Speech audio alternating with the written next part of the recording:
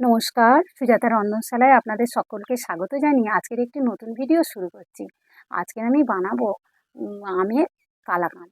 আপনাদের পুরো ভিডিওটা দেখার অনুরোধ রইল। এখন খুব সুন্দর পাকা আম পাওয়া যাচ্ছে, তাই আমি এই পাকা আম এখানে ছাড়িয়ে নিয়েছি। ছাড়িয়ে মিক্সিং জারে নিয়ে নিয়েছি। এর সঙ্গে আমি কিছু জিনিস অ্যাড করব, তার জন্য আপনাদের পুরো ভিডিওটা দেখার অনুরোধ রইল। আমি উনুনটা ধরিয়ে নিই, দুধটা বসিয়ে দেবো।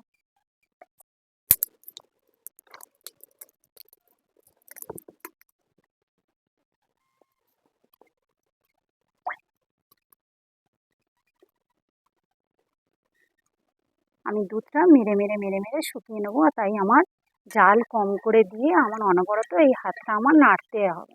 দুধটা আমার হতে থাক, আমি একটা পেস্ট বানিয়ে নেব। আমের সাথে আমি কিছু কাজু বাদাম দিয়ে দেব।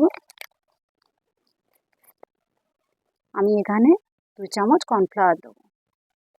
এই 2 চামচ আমি কর্নফ্লাওয়ার দেবো, তাতে আমার স্বাদে কোনো পরিবর্তন হবে না, আর সন্দেশটা সেট করতে খুবই সুবিধা হবে। এটা আমি এবার পেস্ট বানিয়ে নেব। দুধ এরকম করে ভালো করে ফুটিয়ে নিতে হবে, আর চারধারগুলো যেন না ধরে যায়, চুঙে যায়। দেবো আছে আমার এই দুধটা এরকম ভালো করে নেড়ে নিতে হবে। চুঙে গেলে হবে না, দুধটা সন্দেশটা খেতে ভালো লাগবে না।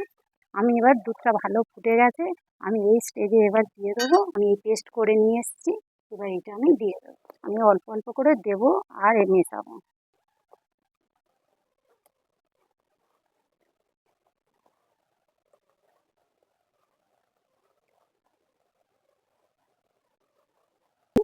দিয়ে দেবো চিনি।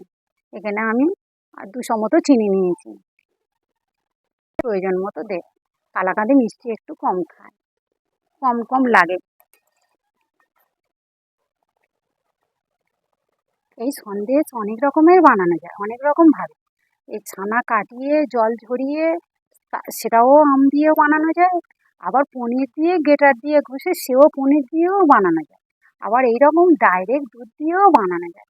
ডাইরেক্ট দুধ দিয়ে বানালে হাত বন্ধ দিলেও হবে না, চারধারে ধরে যাবে, বসে যাবে। অনেকক্ষণ জাল করতে হবে, আগুনের কাছে দাঁড়িয়ে থাকতে হবে।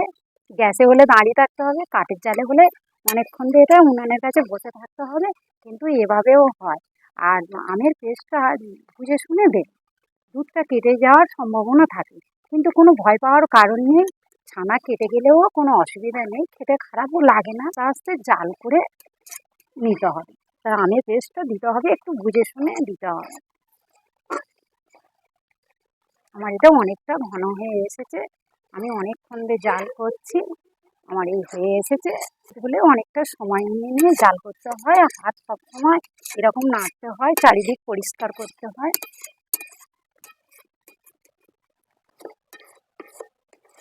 আমার হয়ে এসছে।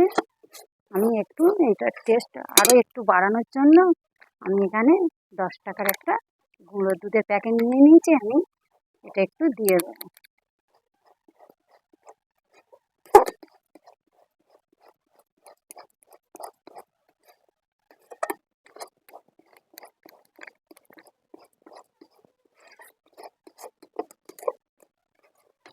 হয়ে গেছে, এবার আমি এটা থালায় সেট করে নেব। এই কড়ার গা থেকে উঠে আসছে, এবার আমার এটা হয়ে গেছে। এটা এরকম একটু নরম নরম দেখতে মনে হচ্ছে, কিন্তু এটা জুড়িয়ে গেলে এটা শক্ত হয়ে যাবে। আমার হয়ে গেছে, আমি এবার এটা নামিয়ে নেব। আমি এখানে একটু ঘি লাগিয়ে নিয়েছি, এটা একটু আমি এখানে একটা থালায় একটু অল্প করে ঘি হাত দিয়ে এ করে নিয়েছি, আমি এই থালায় সেট করে নেব।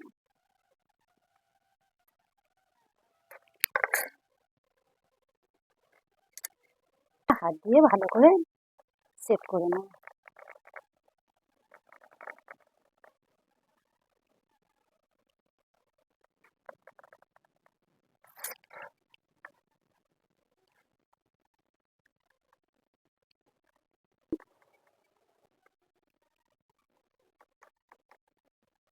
এটা আমি 2 ঘন্টা রেখে দেবো রেস্টে, একটু ঠান্ডা হোক, তারপরে কাটবো। একটু এখানে আমি একটু বাদাম কুচিয়ে রেখেছি, একটু সাজানোর জন্য একটু কুচনো বাদাম দিয়ে দেবো।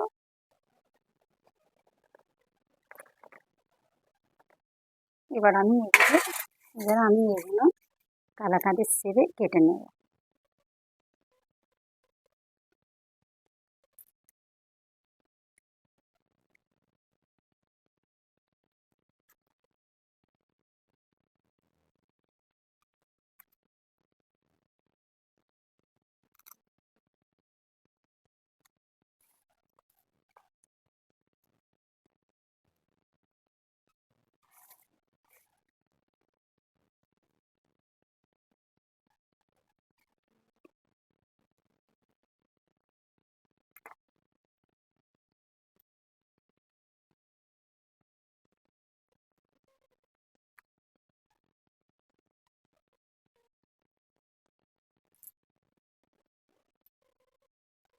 আমার মিষ্টি হয়ে গেছে।